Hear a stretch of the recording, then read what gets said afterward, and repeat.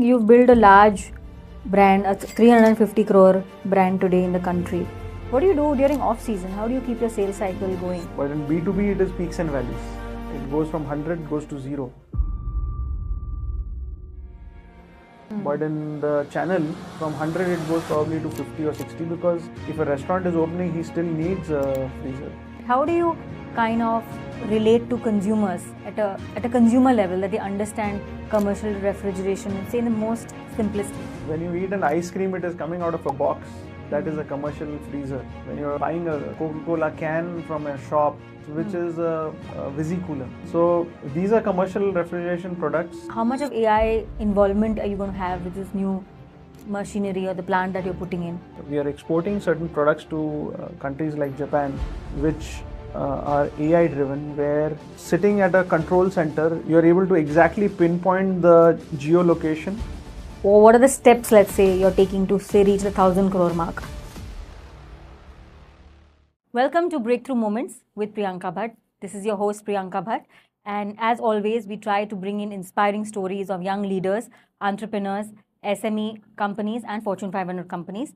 Today, we have with us Prateek Gupta, who is the director at Rockwell Industries Limited. Now, Rockwell is established in 1986 and has steadily evolved into a premier manufacturer of commercial refrigeration appliances in India. As an ISO certified company, they have been at the forefront of innovation, pioneering numerous products, especially for enterprise level customers. In today's episode, we are going to be talking about the innovation and the impact that they have made in a category like commercial refrigeration. Also, we'll be covering his personal story in terms of how he's built the business in terms of the technology side and as well as the business side, and especially what the technology has and the technology that holds the future today in a space like commercial refrigeration, which is a huge industry today. So let's welcome Prateek Gupta on the show today and understand and learn from his journey of building the business. Let's start with how the beginning was and what made you really enter this industry of commercial refrigeration today. Thank you, Priyanka, for inviting me, and it's my pleasure entirely. Yeah, likewise. So, refrigeration didn't happen by design; it was more of a discovery for me. I started off by finishing my graduation and post graduation, and I was actually working in real estate company by name of Lanco Hills. So I was there for about 3 years and handling the marketing activities, sales activities, and then after a point, it became pretty mundane. There was nothing new happening. For about 3 months or so, it was very mundane kind of activity going on. Initially, was very exciting, very new. A lot of learnings happened in the 3 years. My boss, Saumitri Das, he has taught me a lot in that period. Then one day told my dad, this is getting boring, and he says, okay, join the business. So I was like, fine. So I put in my papers. A month later, I joined business and go to the factory, and he says, okay. I said, what do I do? He says, okay, handle the stores. I was like, handle the stores, okay. And that is how I started from the raw material store management, and then gradually into procurement, operations, and then finally moved into sales in about 2014 or so. Okay. When I got into this, I realized the impact of refrigeration in daily life. The real impact it has not only in preserving food. There is a huge amount of wastage of food which happens in India. Yeah. But beyond that, even in medical field, this is something mission critical. Temperature controlled environment is extremely critical for storage of vaccines and numerous other products. Yeah. And gradually, that's how the affinity has grown, and that's become a passion. So this is pretty much how the journey has started. So tell us, how has the business evolved? You've been with the company since 15 years. And how has the business evolved, right, in terms of strategy, in terms of marketing, in terms of talent? So tell us the various touch points and how it has evolved, say, 15 years from now. So when I joined, when I got into marketing at that time, we were purely a B2B centric company. We were supplying to Coca-Cola, Pepsi, and the who's who in the ice cream segment like Vadilal, Mother Dairy, various companies pan India, and the business was highly cyclical because the sales of these products happens essentially in the summer season, and most of these B2B companies want to invest and place their product, place the deep freezers or the visi coolers just before the summer, so that they get the ROI of their investment immediately. Now, because of this, the business becomes very cyclical. The entire demand gets skewed in just before the summer season and during the summer season, and post which the demand, there's a huge drop. Yeah. Now, traditionally, what was happening was in the summer season, we are running overtime, overcapacity, and with extreme pressure. The moment the rains start, the business is almost zero, and we used to have plant shutdown for 15 days, 20 days, for about 4 months, 3 to 4 months, Yeah. which is we call the off season or the low season. From there to what the gap that I saw when I got into sales and marketing was that we were not having our own dealer distributor network, which is also a huge market. It had a huge potential. Right. And in 2015, I was focusing entirely, or I would say majorly, into the creation of dealer distribution network from zero. So we started one by one, brick by brick. We created about 10 branches across the country. We had a team of sales team across the country, and gradually our dealer distributor business grew. And so much so that B2B has grown over the years, but our dealer network business is now contributing almost 52% of the entire revenue. Oh, that's massive. Yes. So it's become a very important part of the business. So strategy wise, this was one major gap which I could identify in 2014-15. Got it. Which we have worked on over the last 10 years. And today, Rockwell is has its certain standing in the market. Yeah. With competitors like Blue Star and Voltas. Yeah. Which are household names. But despite of these large brands, Rockwell still has its own customer base, has its own dealer distributor network, and we're one of the fastest growing brands in our segment. Yeah, but Blue Star, if you look at, I think they have the maximum market share. And I think if you look at any sort of corporate or even houses for that matter, you'll always see a dispenser, a Blue Star dispenser somewhere in your office space or wherever. So how do you really compete with those kind of companies? Is it that your technology is better, your products are better? What is the differentiator that you have from companies like a Blue Star or a Voltas? So for a Voltas and Blue Star, their major business comes from air conditioning. Commercial refrigeration is a smaller part of their overall business. Okay. And therefore, the focus of the business is of the top management would also be similar. Yeah.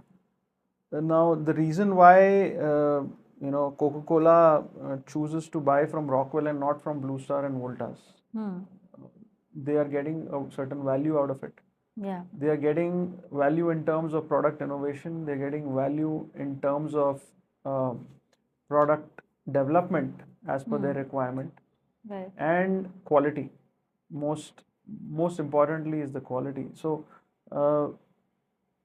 we focus on doing what we do better every year. Yeah. Whether it is introducing new products into the market. Yeah.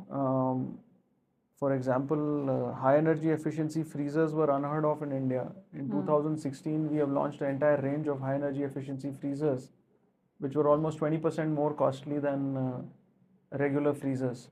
And that was a product innovation you felt you That did was a for. product innovation which we saw that, going forward is going to be a big thing. Yeah. Because energy prices are never going to go down, they're only going to go up. Yeah. And, um, sensitivity towards sustainability is also only going to go up, it's never going to go down. Yeah. So we saw that in a gap, or we saw that opportunity, and we invested heavily into that. And we launched this range for the first time in the country, much before any of the other brands even thought about it.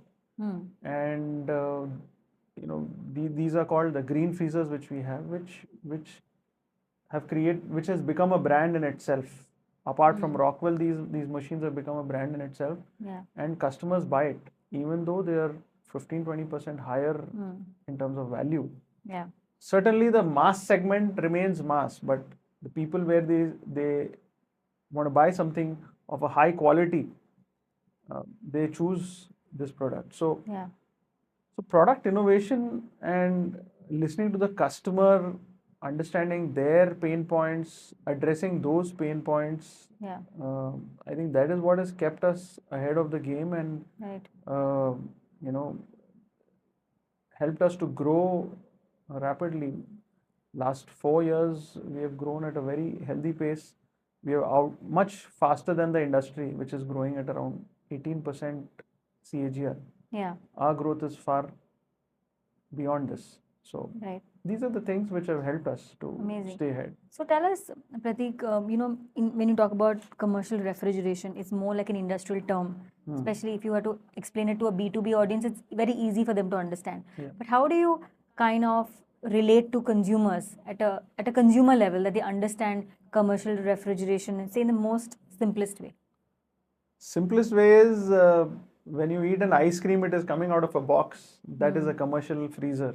When you're buying a Coca-Cola can from a shop, that is coming out of another box, which is a visi-cooler.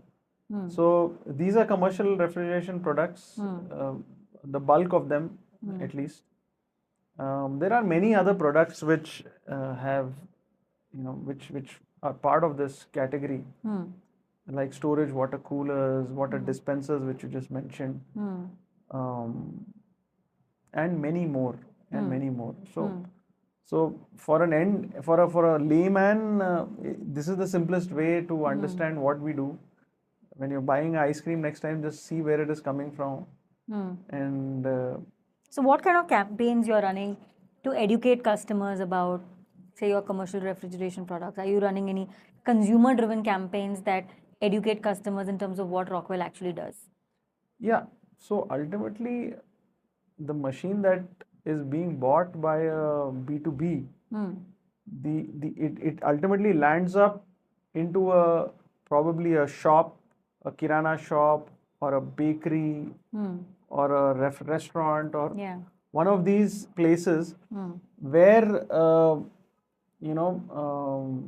there is some end user who has whose livelihood or whose business is being generated out of this product by selling an ice cream, by selling frozen mutter, or by selling milk or cold drink. So they are the end users, and they are the ones who really matter to us at the end of the day. Because if they are not happy with Rockwell, they would tell the chain that, hey, this brand or this product is not suitable, why don't we look for something else? So ultimately, we listen very carefully to all the customer complaints that we get. We have a very, very detailed and minute review of what customer feedbacks we are getting. Yeah. And we also focus on campaigns, social media campaigns, in order to educate customers about what are the products, what are the features, what are the benefits which are there using Rockwell products. Right. And so we don't engage any television advertising or newspaper advertising or stuff like that. because that just doesn't make sense to us. Yeah, so typically you cater to large enterprise customers directly to the corporates Yes. and directly deal with their departments there, you would say? Yeah, so like I said, 52% of the business is not from the corporates. It Yeah. is from the single mom and pop stores The dealers and distributors. buying from our dealers and distributors. So Yeah. so they are the ones whom we want to ultimately Yeah. educate or Yeah. make the presence known to them at least. Yeah, and sometime back you were also mentioning that you also directly deal with consumers, like say housewives who would buy those appliances or those coolers or water dispensers for their homes. So how do you educate that audience? You have a different strategy to educate and get into their minds, especially when it's a B2C audience you're catering to.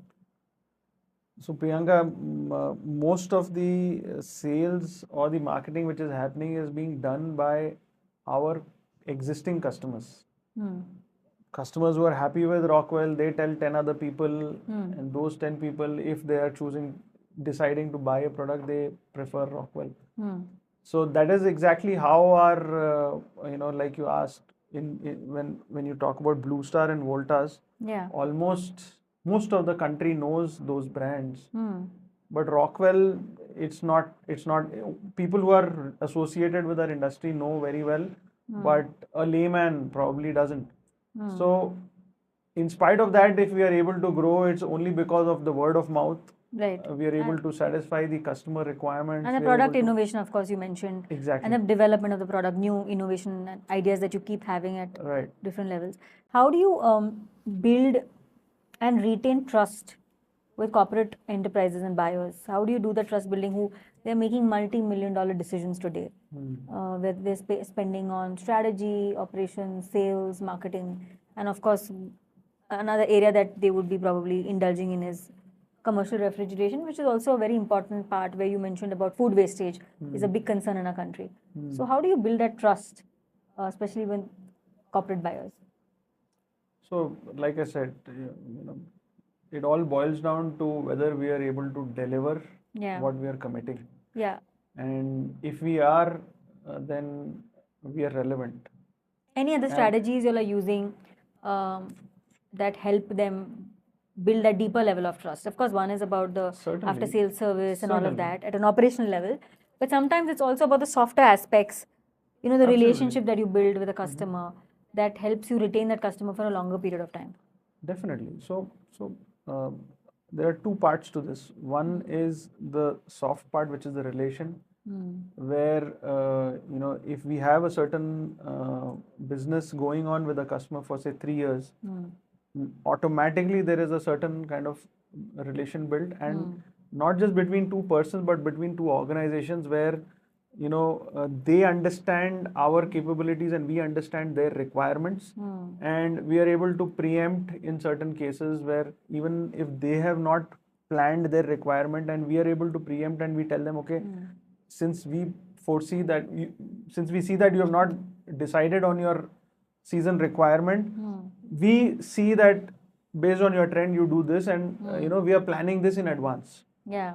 So these are some small things which kind of help to build the trust and the commitment that we have to them. So this helps them eventually, because the season is a 100 days period. Yeah. Out of 365 days, 100 days is where our customers maximum sales happens. Almost 60 to 70% of the sales happens in this period. Yeah. Now, in that period, if the machines are delayed or if the service is delayed, irrespective of what price has been finalized, even if some companies have, some of our customers, purely because of price, they have, added another supplier to their list, and purely because they're getting a lesser price. Yeah. For example, 4%, 5% lesser price. We said, sir, that's fine. This is our price, and please go ahead and take your decision. Anyways, we cannot decide for you. You need to take a call. But after the season, the feedback we get from them is, we placed orders, we didn't get the material on time. We got some material, and there was a lot of complaints. We didn't get timely service. So the problem is that in each day, the revenue that the company does, for example, any ice cream company, is in like thousands. Yeah. And if 4 days or 5 days is lost either because of late delivery or a late service, Yeah. that much of revenue multiplied by the number of cases is lost, right? lost, yeah. And it cannot be regained in the off season or the low season. Correct. So that is one part of it. And second, like you asked, how do we retain customers or why customers prefer us? Yeah. I'll give you one short story where Coca-Cola's CEO in the year of 2005 or around 2005 or so, Yeah. they reached out to us and they said, we want a machine which works without electricity. And we were like, what are you guys talking about? And we didn't, obviously, we were thinking about, what is this absurd requirement? This technology doesn't exist unless you have a battery or an inverter or a generator, which any which ways are available. They said, no, we want a machine which works without power. So we reached out to IIT Delhi, the dean of IIT Delhi, and we just told them that the customers are asking something like this, which is a little absurd, but yeah. we'll just bounce it off with you. He says, yeah, it's possible. And we're like, what? How is this possible? So he says PCM. I said, what is PCM? Phase change material. So we kept digging, understanding more and more and more, and and then we got to know that theoretically it is possible. That if like the problem was in most part of the country at that time, there were huge power cuts, and especially UP and Bihar had power for 8 hours a day, 12 hours a day, and rest of the day there is no power. But market is there, customers are there, but how do you sell a chilled product or how do you sell a frozen product? You need electricity to keep the machine going.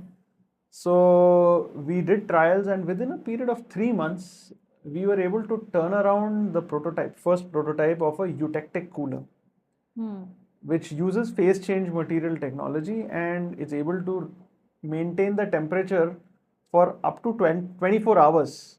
So there's no electricity involved. So it needs even intermittent electricity is required. So what it essentially does is when the power is coming, it cools the machine, and it also cools a kind of a gel. Okay. Gel packs. Gel packs, yeah. So it freezes that, and when the power is gone, this gives the cooling to the product inside. So as a result, it is able to maintain the temperature. So we innovated this. We informed Coke, and they were like, "What? You've done it?" He said, "Yes." He said, "Okay, is it ready?" He said, "Yes." Next day, the procurement head from Coca-Cola flew down from Delhi, and he landed, and he called us, and he said, "I'm here and I need to go." He said, "Okay." He straight went to the factory. He's seen the reports. He's seen the product. Yeah. He said, "Okay, now the temperature is." He locked it. He sealed it. At that time, this red seal used to be used. Yeah. And he locked the door also. And next day he said, "We'll see the temperatures." Next day he comes, he unlocks it himself. He says, "Yes, you've got it." So this is an innovation which came out of the requirement of Coke. Which year was this? This was sometime around in 2005, 6, if I'm not wrong. Around that time. And none of your not competitors. 2005, sorry. Later, around 2008. And none of your competitors had any such sort of innovation in place? No.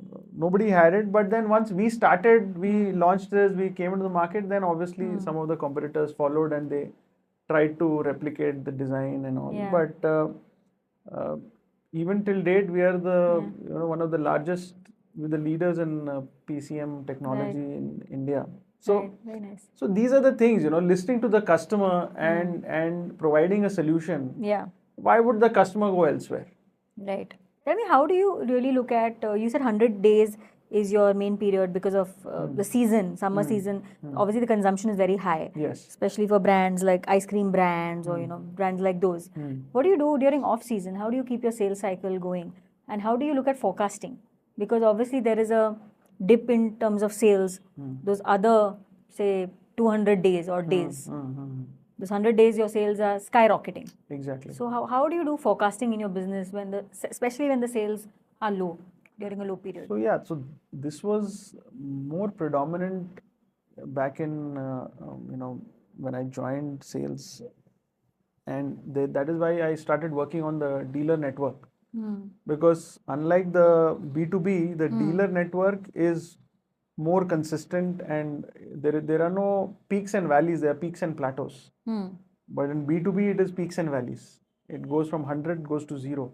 But in the channel, from 100, it goes probably to 50 or 60, because if a restaurant is opening, he still needs a freezer. Right. If a bakery is opening, they still need that machine. The bakery could open in the rainy season or winter season. Right. So irrespective, the demand keeps on going, and with now the demand of ice cream, even in winter you will see Naturals as having a line of customers. Yeah.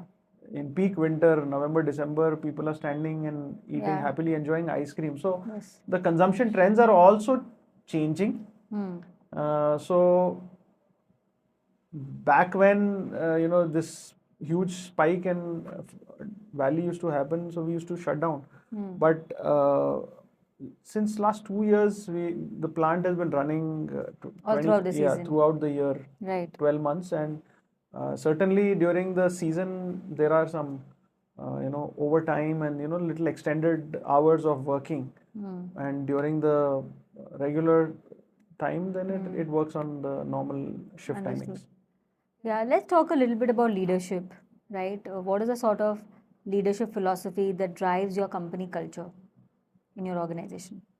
So, leadership is in Rockwell. So my father has started this, and his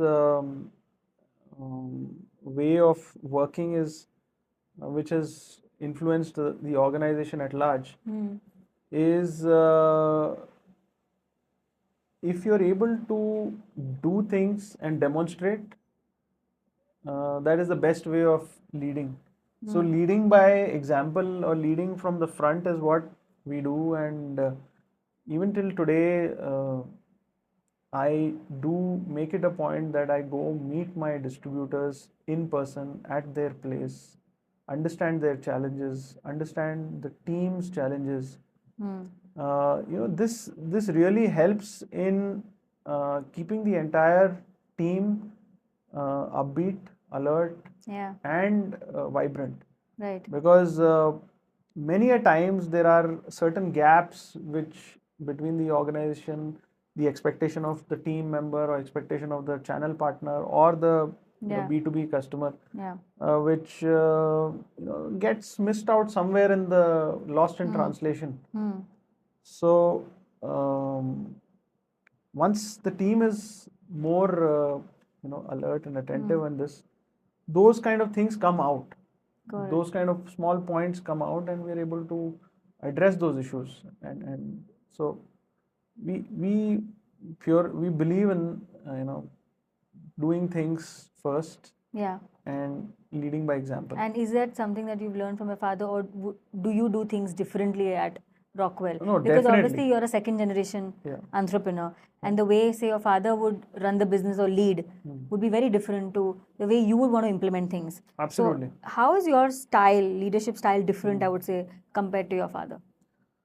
I would say the major difference would be is since he has come from scratch, he has done things which we can't even imagine of doing today, working hours overnight.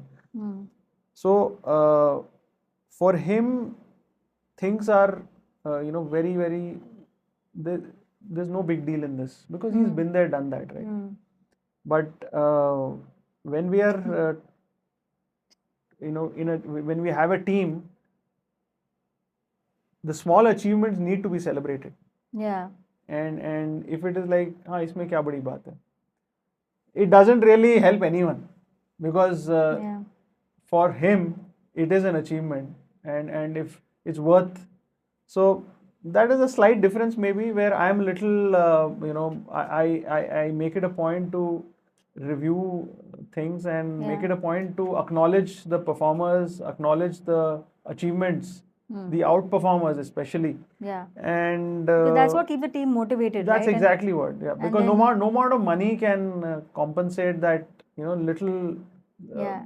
praise from you or little Yeah. acknowledgement from your side. Yeah, and it's also fair to say this generation is very different, right? Yeah. The younger generation want to be acknowledged, respected, seen, heard in a very different way. Very true. Compared Very to what maybe our father's generation was, absolutely, right? absolutely, yeah, absolutely. So, interesting. yeah, that is maybe one differentiator Yeah. a little bit compared to the style of management, style of working. Tell us about those challenges. Uh, Two that I can think of very vividly, very clearly. One was that Mother Dairy was a customer, and Mother Dairy was a company which was buying machines, and I got to know and I approached them, and I visited Delhi and sat over there, and for hours they made me sit, and and then at the end of it they're like, yeah, we'll get in touch with you whenever we have any requirement. Nothing happened. This happened at least 2-3 times. Every time I was in Delhi, I would just go there and, hello sir, how are you? And they introduce ourselves. But this happened for almost 3 times, and the fourth time I was going to go there, and I called and I said, are you available? And I'm like, yeah, come. So I So was fourth like, time you cracked the meeting, basically. fourth time I cracked the meeting. No, meeting I had before also, but there was they were already buying from some companies, and they were just like treating us like whatever, we're not relevant. Fourth time they said, yeah, come. So we met and we discussed, and they said, we want this product and we want it within 15 days. So it's like, this is an odd product which nobody is having. It's a very customized product. Yeah. And I was like, fine, we will do it. And I had no clue how I was going to do it. You just said yes. I just said yes. And I had no clue how we are going to make it happen, but I knew that this is something like, I gets us an entry, and let's do it. Let's figure out how we'll do it. I got back and told the team, told my father, that this is the order that I've got from Mother Dairy. Like, this is not a product. It takes time to develop this because the design is different, the materials are different. I said, yeah, I know, but this is what I've committed. So they're like, see, figure it out. And I got involved. We did the design. Within 5 days, the designing was done. 7th day, prototyping was done. And, we called them. We said, these are the pictures. You please better take a look at it before we start manufacturing it, because time is of essence. So you had expertise in-house who did this, or did you hire external experts to No, do this? Because in-house. it was a new product. So we have an in-house R&D team. Okay. It's a very strong R&D team with strong refrigeration knowledge. And we have NABL accredited laboratories as well, wherein we are able to test, and any government institute accepts the test report. Yeah. So since it is governed by NABL standards. Yeah. And they came, they said the product is okay, we made it, and 15 days we delivered, and they said, we didn't expect you to deliver. We were thinking 30 days is minimum. We had assumed that within 30 days also if we get it's okay. But you have, delivered in 15 days. And from there the relationship started, and, we kept on doing business. So this is one example where I can, there was a challenge, and we just dived into Turned it into an area of opportunity. Yeah. Second one is, when I started, got into sales, the major shock came when, having to sit with customers and be treated like a nobody. Yeah. And does that still happen, by the way? Maybe not really. That normally happens in cold calls. When you're going on a cold call, you have a good chance of doing that. So now I think the number of cold calls are not there, for me at least. But I'm sure my team faces that on and off. When customer is not interested to meet us. Yeah. Do you still do the selling? Like, do you still with old customers, of course, because you have a relationship, but when it comes to new customers, do you still do that call and pick up the phone and actually sell on the table? Not really. No.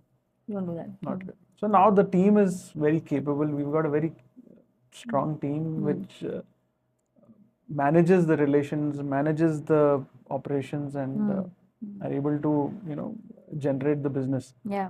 But yes, I still am in touch with, I still pick up the phone and talk to customers on a regular basis just to understand how are things going. Are there any issues? Are there any areas where we can improve upon? Absolutely, yeah.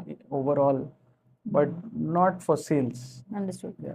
Now, I understand, Prateek, that you guys promote a lot of Make in India because you're a Make in India company. So when it comes to advantages and challenges of scaling manufacturing in-house versus outsourcing, what would that look like for you? What are the advantages and what are the challenges in terms of manufacturing within India versus outsourcing it to, say, other countries? See, this government has really pushed this Make in India concept, and I truly am a believer in this because I believe that if we have a certain capability within the country, why not encourage this and grow this to build not only for India but also for the world, rather than looking at always sitting and doing that cost advantage and P&L advantage. Here it is 1,000 rupees cheaper, here it is 1,000 rupees costly. Okay, cheaper. Let's start buying. Yeah. Let's stop making. So rather, why not look at how do I make myself more competitive? How do I make myself more capable? Build the scale to compete with other countries. Yeah. So I am a total believer of that, and we have, with that vision, we have invested about 100 crores into a new plant at Lucknow, which is a greenfield plant, and it is one of the best technologies available for manufacturing, and high level of automation utilized in it. Yeah. To bring down the cost, to increase the efficiency and the consistency of the quality. Yeah. So our goal is very clear that keep on building our capabilities, keep on building the infrastructure to make in India, to build that supply chain also gets built when we make a plant, and naturally we need suppliers, vendors to supply certain components. That gets built, and overall the muscle of the country gets built to tomorrow become much more competitive in exports. So definitely Make in India is very important for us. Since you spoke about AI and automation, so do you think how much of AI involvement are you going to have with this new machinery or the plant that you're putting in? So is it going to be completely driven by AI agents or, say, robots, or do you feel like some element of human intervention or a lot of it would be required? So as far as manufacturing is concerned, there is a lot of automation which is already built in to the plant, wherein if I compare apple to apple compared to the existing plant in Hyderabad, in terms of the workforce, the unskilled workforce is almost half. Production capacity is the same. So as far as manufacturing, we have already, using advanced technologies available. As far as AI is concerned, certainly there is a lot of areas where AI has started making impact and will continue to, and we are also implementing, doing trials of AI-based software for our CRM, customer relationship management. We have started trials in that, where a bot is speaking in the native language, and the customer who has called our call center does not even realize that it's a bot. It's a bot speaking, and it is speaking in a very, very close to real-time sort of a scenario. Interesting. So is it this for after-sales service, or are these bots for, say, acquiring new customers? No, as of now we are doing the trials for after-sales service. Okay. The piloting is going for after sales service. Got it. For acquiring new customers, probably that time will also come. But as of now, there are too many other variables you need to look at. Yeah. Do the homework Yeah. before speaking to a customer or pitching Absolutely. any solution to them. Yeah. So we are exporting certain products to countries like Japan, which are AI driven, where sitting at a control center, you are able to view the 100 coolers or 100 machines which are placed in different locations. Oh. You are able to exactly pinpoint the geolocation. You're able to see the temperature which is there inside. You're able to see what is the power consumption, the number of door openings. Hundreds of machines together. Hundreds of machines together. You can exactly pinpoint, you see district level, area level, state level, or exact machine level. You're able to see all of that. Yeah. And you get a lot of valuable information out of this. Yeah. You are able to see the number of door openings. That kind of reflects or represents the number of sales which are done. You have an average value of sale you assign to it, and you're able to understand when is the sale actually happening, between which hour to which hour, which hour to which hour the machine is idle. We have also implemented a energy management system which kind of regulates the temperatures according to the timing. Because if it's a kirana shop selling cold drink, ideally you're going to be selling whatever your beverages from 10 a.m. to maybe 9 p.m. or 8 p.m. But in the night, you're not selling. So you don't really need to maintain that temperature which is required for the end customer. At that time, the temperature can be much higher. So the energy management device controls the temperature, increases it so that you're consuming much lesser power, during the non-requirement time. Absolutely. And just before the shop opens, it starts to run the machine at the desired capacity to achieve the temperature. So these are certain things which are really changing the game today. Yeah. And companies like Coca-Cola are at the forefront of sustainability. Yeah. And in fact, they are the ones who also push us to improve the efficiency, improve the... Yeah, in fact, that was my next question, that, sustainability is such a core element of your business and the focus area. So what kind of initiatives you are taking as a company to reduce carbon footprint? Yeah, so this is definitely one of the area. Like I said, in 2016, we were the first to introduce the high energy efficiency freezer range in the country. Yes. It was way ahead of its time.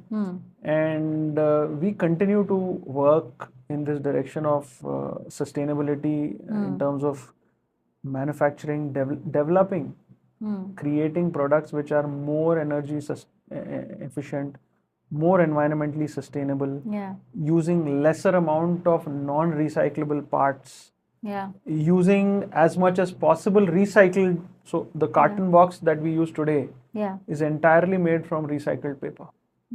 Nice. We don't use any fresh paper. Having said that, the standard of quality still remains the same.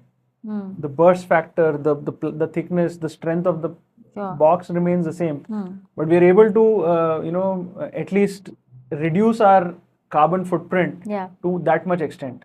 Apart from this, two major initiatives that we have taken is we have set up solar power plants and windmill.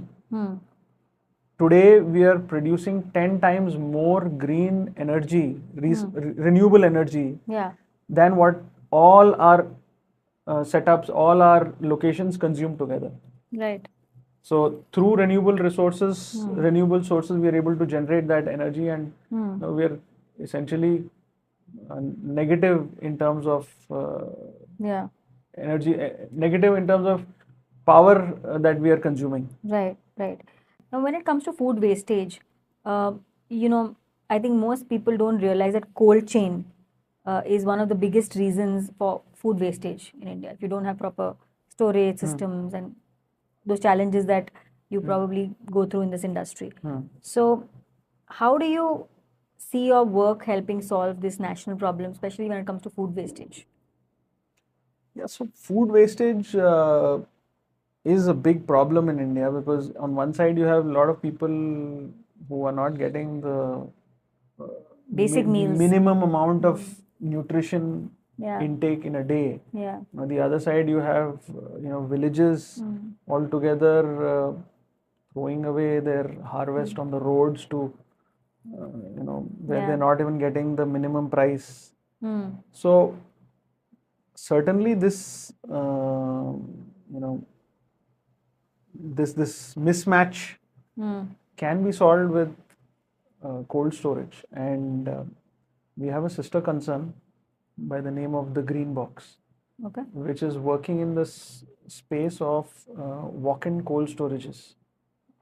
And essentially, these cold storages are could be used by farmers, could be used by um, companies who need to keep their products, perishable products, at a certain temperature, Right. like dairy, ice cream, Yeah. fruits, vegetables, and they're doing a good job in that. And with every new cold storages which is set up, there are certain Yeah. people who are able to Yeah. store their perishable food items safely. Now let's talk a little bit about your personal journey. Now you've spanned different, roles in the company, right? From procurement to sales to marketing. You've done pretty much a lot of things in the company. So which transition challenged you the most? And what did that experience teach you? Yeah, transition which challenged me the most was moving from the factory to the sales. Okay. Because in factory, people used to come and visit, and suppliers used to come and they would wait and they would seek appointments, and that's how it was. But when I moved into sales, it came as a very big reality check to me. It came as a big shock to me when I was made to wait for 2 hours Yeah. to meet a small dealer in Bombay. And that was it was a very important event in my life where it broke down the ego which I used to carry before, where I would think that I'm very important and I would think that I'm somebody. I need to be treated with a certain level of respect and certain. Yeah. But then I realized that that was coming only along with what position I was handling in the operations. Suppliers, if somebody is seeing an opportunity to sell material worth 15 crores to me, he will come and speak with because that. he needs you more than yeah you yeah need him. exactly. And I'm having 3 such people for the same product, so I'm like, theek hai, dekhenge. But this was a big Yeah. sort of a transition, Yeah. big transition for me in my life, wherein it made me realize that I'm not that important, Yeah. and B, it's what I do, what value I'm able to deliver to somebody is, that's how important I am. So Yeah. following that, then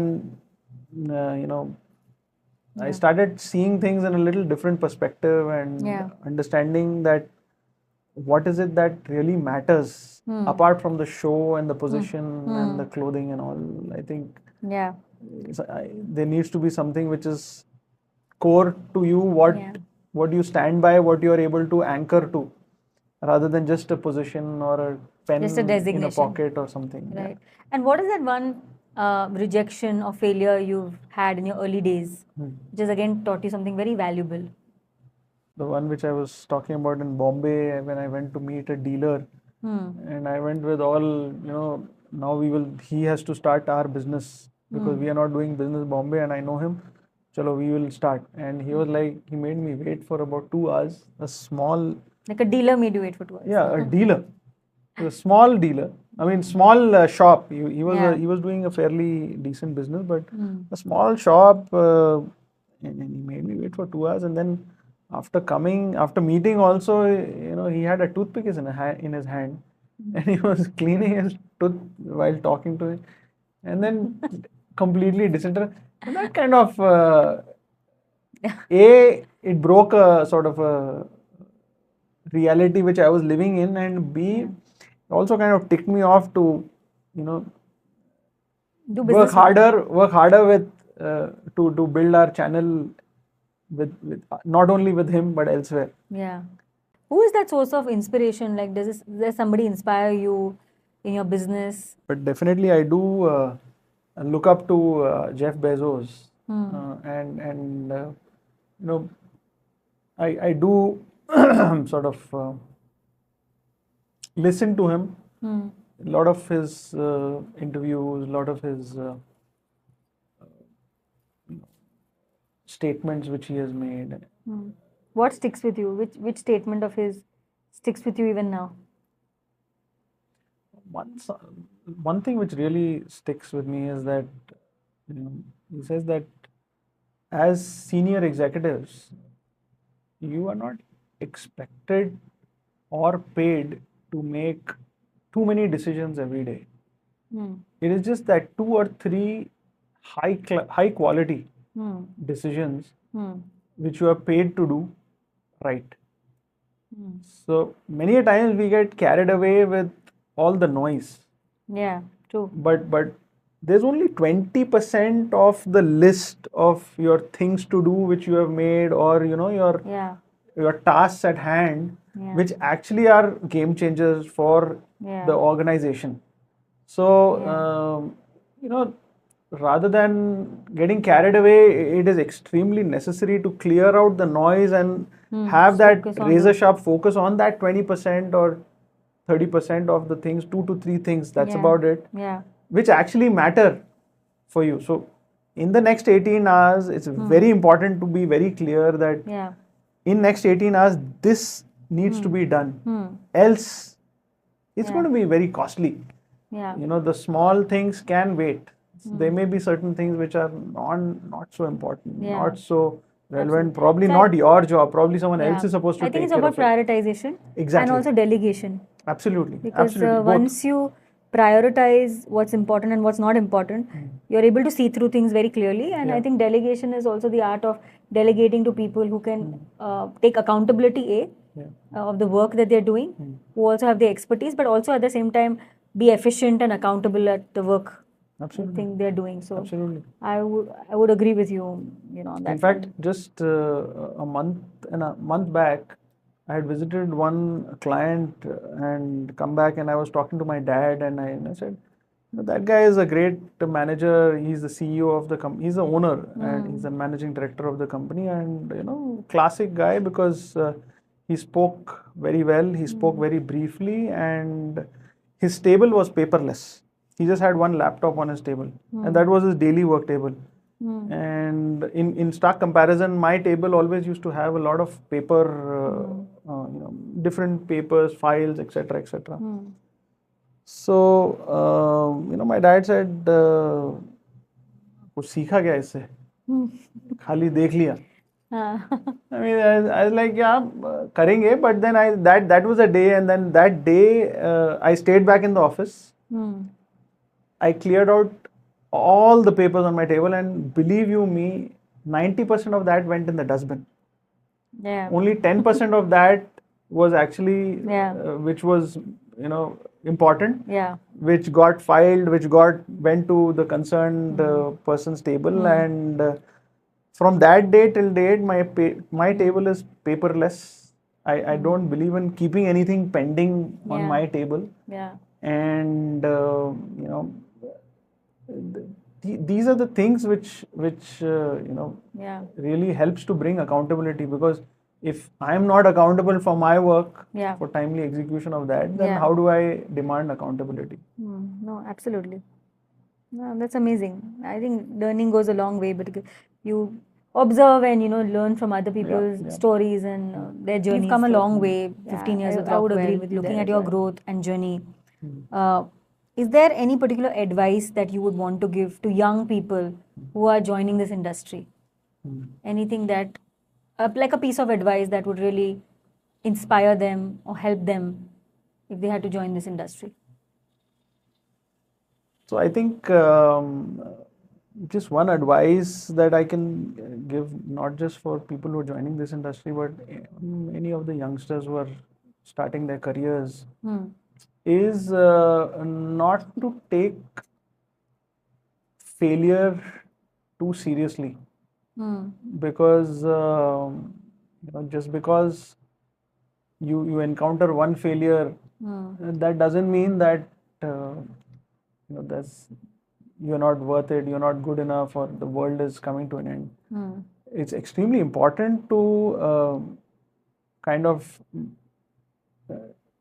realize that this is not the end of it, this is the beginning, and then work on yourself, work on that,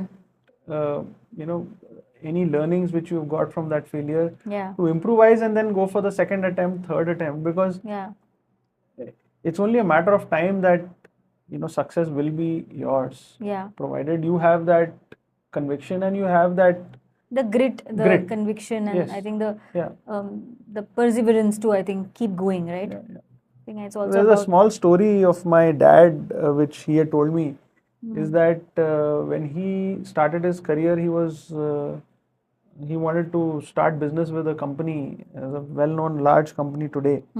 And he just showed up over there and he met the purchase manager and he said, I am from so and so organization and I have these parts, and please let me know if you have any. He said, yeah, sure, I'll let you know.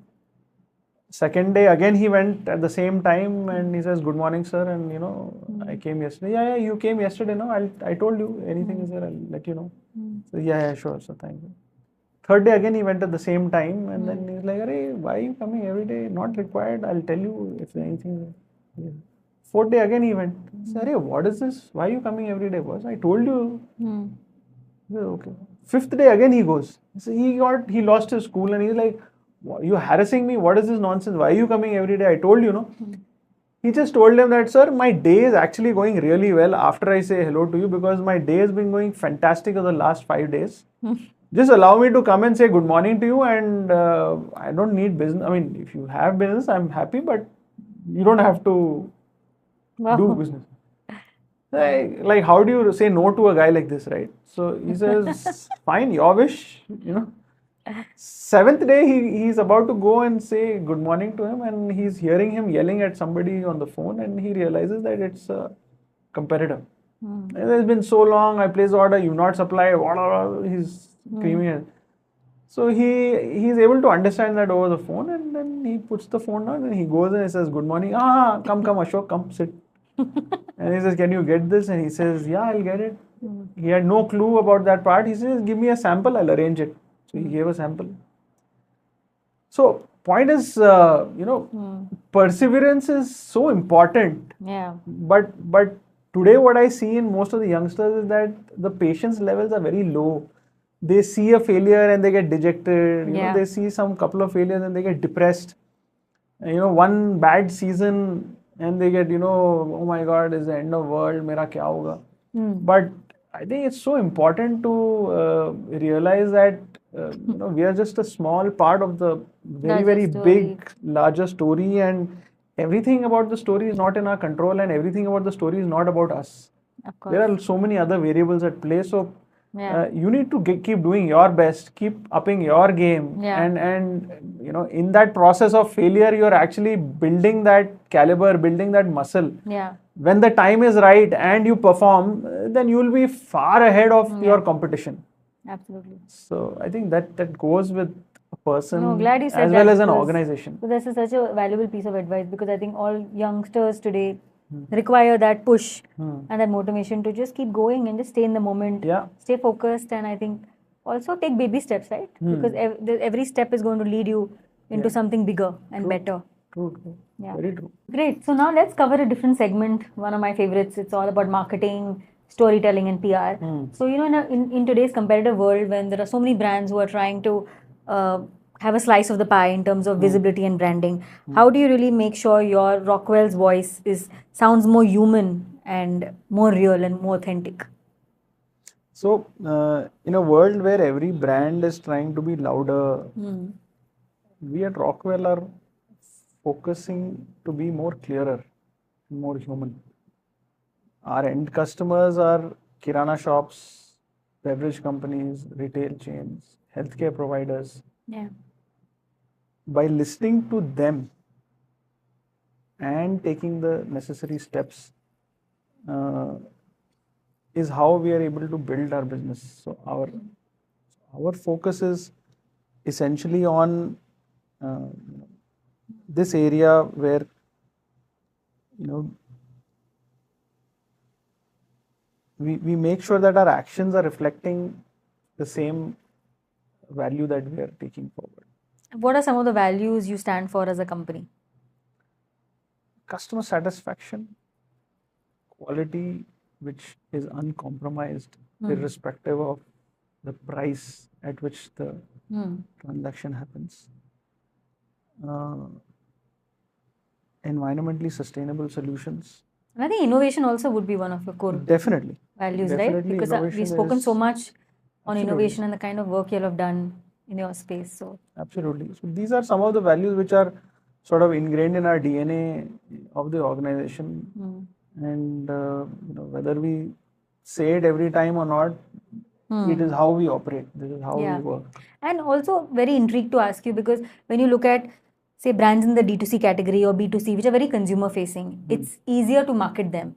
So what kind of initiatives you're looking at Rockwell to market yourself, which is a fairly a B2B focused industry, because you're selling to large enterprises, or you could have distributors who are then selling it to kirana shops and then goes to the end customer, right? So largely you're B2B in that sense. True. So how do you kind of stand out with your marketing, especially for an industry like B2B, which is not so glossy, I would say?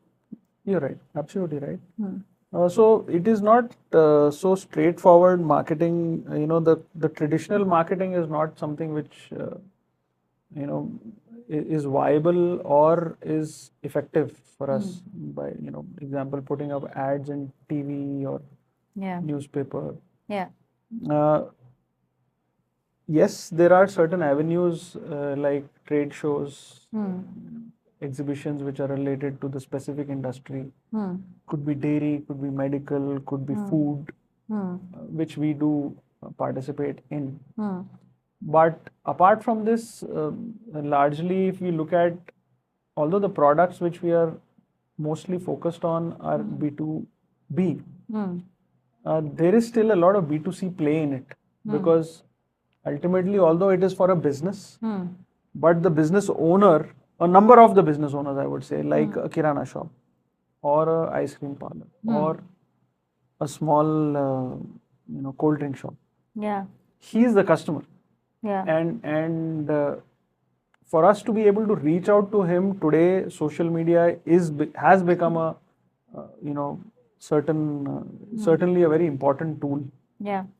So yes, social media is something which we seriously look at. What platforms do you look at in social media? We use YouTube, we use Instagram, majorly these two platforms in social media, and of course WhatsApp is a platform which we. And has Instagram and YouTube helped you in getting conversions, especially in terms of sales conversions, especially from B2C clients? So we don't really focus on selling directly to B2C. That is not our focus, because that sale is routed to our dealers or distributors. Yes, some amount of sale does go into Amazon and Flipkart, which is B2C. But yeah, our focus, rather than converting inquiries into sales, our focus is more on creating the awareness, creating the brand image, creating the more of education about the brand. First of all, awareness of the brand and the features and products that we have.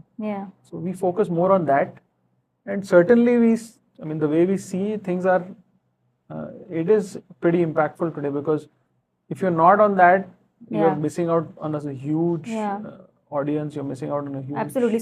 Now let's talk a little bit, Prateek, on tech and the role of technology in the future, right? So when you look at, say, younger consumers, have you seen any trends again in younger consumers, or research on younger consumers that really surprised you of late? with the kind of new products you're launching? Yeah, so when we do the search analysis on Google and other social media platforms, we were surprised to see certain products like cosmetic coolers, cosmetic refrigerators, mini ice cube machines, insulin coolers. We never intended to have such products on our, in our basket of products. But once we saw that there is a demand for such products, we took that seriously. We analyzed it, assessed it, and then we realized it is the right time to start. And have you all started that vertical as well? We actually. So what are cosmetic coolers? Can you give me an idea? Cosmetic coolers are it's a very small box which is used to keep the cosmetics of women, like serums. Oh, okay. So that they don't get spoiled, or so that it doesn't get because spoiled of the weather conditions. Because of the weather, especially in hot climates and all. It is used quite a bit. Okay. I was surprised to see the kind of sales that are happening on that, because even I had very, very little idea about it, but until we saw the data. So ice cube machines is another, which is a lifestyle product. You're hosting a small party in your house, and you want ice, rather than buying it from a supermarket. You just have a small ice maker. You start it, and 10 minutes it starts dispensing ice. Nice. So that's a product which is also doing pretty well. Car coolers is another product which we launched. Oh wow, nice. So these are multiple use cases you're looking at. These are multiple use cases. So these are again not B2B products. These are B2C products. Yeah. So insulin coolers. Yeah. So all these products, these 4 products which I mentioned just now. Yeah. They're all B2C products, where it's probably a household like yours or mine which has this requirement. And do you see that percentage in the near future, say in the next 5 years, increasing, with B2C consumption increasing? Definitely, no doubt about it. With the people having more aspiration, having more disposable income, wanting a better lifestyle, definitely it is only bound to grow. Right. So Prateek, I think you've built a large brand, a 350 crore brand today in the country. So what would it take you, or what are the steps, let's say, you're taking to, say, reach the 1,000 crore mark? Because it seems the ambitions are quite high for the business in terms of the way you'll have grown and the way you want to grow further. So what does it look like to achieve, say, 1,000 crore industry mark? What are the new initiatives that will help you to reach that sort of a turnover? So by 2028, we are planning to hit that number, what you just mentioned, 1,000 crore. We have invested quite significantly in capacity, plant, machinery. We are also focusing on exports. That's a new segment, new area. You did mention Japan is a huge market for exports. Absolutely. Japan is one of the countries where we are exporting, in addition to a number of other countries. Yeah. So yeah, I think these are so we are focusing on capacity building, we are focusing on the customer base improving, and we are also focusing on new product development. So I think together, all these 3 things, when they come together, it increases the business potential automatically. Awesome. So good luck on that journey. I think this was quite an insightful discussion where I've learned so much about a new industry, I would say, altogether, with the valuable inputs that you've shared with our listeners. So thank you for being on the show. Thank you so much for having me over and having this chat. No, absolute pleasure. Absolute pleasure to have you. So guys, that was Prateek Gupta, the director of Rockwell Industries Limited. If you've enjoyed this conversation, stay tuned for more episodes on a weekly basis that we will be releasing. Until then, follow us on Breakthrough Moments with Priyanka Bhatt on YouTube and Instagram. Till then, keep building, stay curious, and stay inspired.